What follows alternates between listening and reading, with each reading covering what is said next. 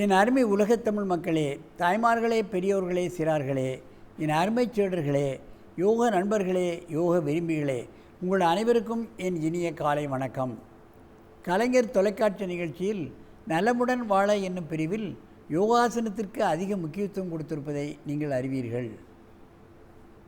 அதிகாலை வேளையில் இந்த பயிற்சி செய்வதால் ஏற்படக்கூடிய நன்மைகளை பலமுறை நான் உங்களுக்கு விளக்கியிருக்கின்றேன்.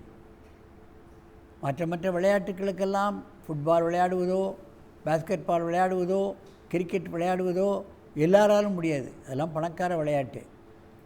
எல்லாராலும் போய் இந்த விளையாட்டுகள் எல்லாம் கிராம மக்கள் எல்லாம் கிராமத்தில் உள்ள பள்ளிக்கூடங்களெல்லாம் செய்ய முடியாது. யோகம் என்றால் எந்த கருவியும் தேவையில்லை. படுத்திருக்கிற இடத்திலேயே நாம் செய்து விடலாம். பள்ளி வறண்டாவிலே செய்து விடலாம். வீட்டில் நாம் படுத்திருக்கிற இடத்திலேயே செய்து விடலாம். வசதி உள்ளவர்கள் அவர்கள் எங்கே வேணாலும் போய் செய்யலாம். கடற்கரை ஓரத்தில் செய்யலாம், அல்லது எங்கே ரெசார்ட்டில் போய் வேணாலும் செய்வதற்கு அவர்களுக்கு வாசிப்பு வசதிகள் உள்ளது. ஆகவே இது ஒரு மருந்தில்லா மருத்துவம். எந்த கருவியும் தேவையில்லை. நமக்கு நாமே டாக்டர் ஆகக்கூடிய ஒரு அற்புதமான பயிற்சி தான் இந்த யோக பயிற்சி. அந்த நிலையில் நமக்கு பாருங்கள், இன்றைக்கு தரணிகா 10, நெகரிகா 6 SBOA பள்ளியில் சினிமா வித்யாலயத்திலும் SBO பள்ளியிலும் படிக்கிறார்கள். இங்கே நமது பள்ளிக்கு நமது பயிற்சியாலைக்கு வந்து இருவரும் பயிற்சி செய்து கொண்டிருக்கிறார்கள் வெகு காலமாக. அவர்கள் இப்பொழுது தனுராசனத்தை செய்ய போகிறார்கள். வில் ஆசனம் என்று பெயர்.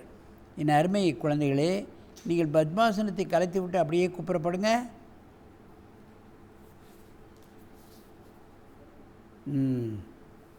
இரண்டு கால்களையும் பிடித்து கொண்டு இப்பொழுது தனுராசனம் செய்ய வேண்டும். மெதுவாக செய்ய வேண்டும், வேகமாக செய்யக்கூடாது.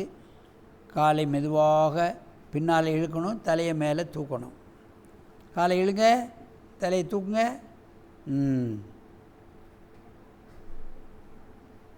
மார்பகம் அறியப்படுகிறது, முதுகெலும்பு வளைக்கப்படுகிறது, முட்டு வளைக்கப்படுகிறது, தலை மேலே தூக்கப்படுகிறது. வயிற்றிலே இவருடைய உடல் கனப்புறம் வயிற்றுக்கு வந்து விடுகிறது. தனுராசனம் என்றால் வில்லாசனம் என்று பெயர்.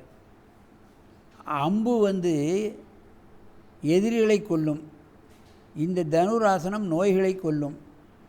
அதாவது அன்னமய கோஷம், பிராணமய கோஷத்தை சரியாக இயங்க வைக்கும். ஜீரண கருவிகளையும் நுரையீரல், இருதயம் இதையும் சரியாக இயங்க வைக்கக்கூடிய இந்த ரெண்டுலேயும் தான் நிறைய நோய் வரும். அதை நீக்கக்கூடிய அற்புதமான ஆசனம் தனுராசனம். எங்கே லேசாக ஆடு பார்ப்போம். முன்னும் பின்னும் தலையை ஆட்டு, முன்னும் பின்னும் இழுத்து ஆட்டு. அப்படிதான். ஜீரணக்கருவிகளில் உள்ள என்ன வியாதியும் அடிபட்டு போகும். சிறுகுடல், பெருங்குடல், கல்லீரல், மண்ணீரல், கணையம், இன்னும் கர்ப்பப்பை, இன்னும் எத்தனையோ உறுப்புகள் இருக்கிறது. கமேங்கிரியாஸ், வயிற்றிலே தான் எத்தனை வியாதிகள் பாருங்கள். அதெல்லாம் அடிபட்டுரும். அது எங்கே நம்ம பாரமரிக்கிறோம்? அப்படியே நிறுத்துங்கள். காலை கீழே போடுங்கள். 2 மூச்சு வாங்கி கொள்ளுங்கள். மூச்சு இழு.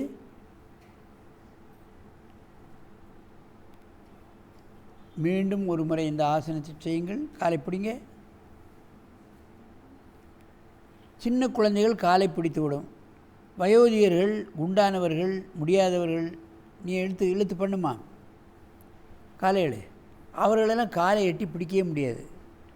என்ன செய்யணும்? 2 காலையும் 2 துண்டை பிடிச்சி அவங்க கையில் கொடுத்து நம் காலை இழுத்து அவர்களை செய்ய வைக்க வேண்டும்.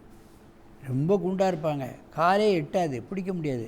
2 காலையும் 2 துண்டை சுற்றி கையில் கொடுத்து இதை இழுத்து நாமளும் வெறுவரில் பிடித்து ஆட்ட வேண்டும். கொஞ்ச நாளில் துண்டை எடுத்துகிட்டு தானாகவே பிடிச்சிருவாங்க. ஆடுங்க.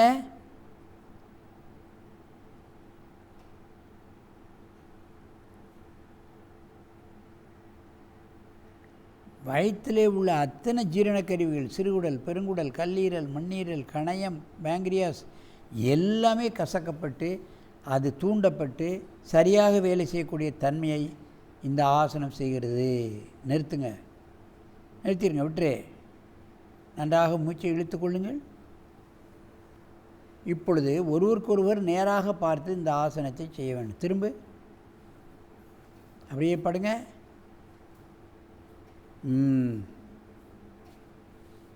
காலை மடக்கி பிடிங்க.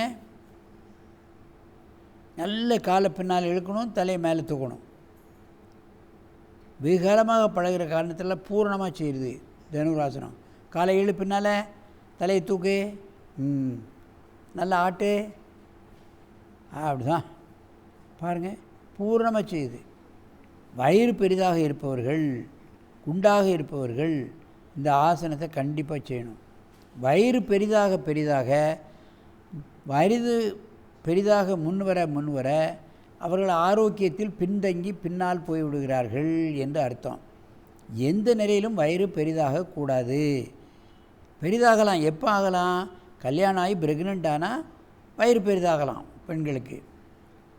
ஆனாலும் கூட சில ஆண்களுக்கு எப்போது பார்த்தாலும் பெருசாக இருக்கிறது. இங்கே கூட ஒரு ஆள் இருக்கார், வயிறு ரொம்ப பெருசாக இருக்குது. அவருக்கு எப்படியாவது தனுராசனம் சொல்லி கொடுத்து வயசை சிறுசாக்கணும்னு நான் யோசனை பண்ணிகிட்டு இருக்கேன். அதனால் அவரை இதை பார்த்தாவது வீட்டில் போய் ஆசனத்தை செய்ய வச்சு வயசை சிறுசாக்கணும்.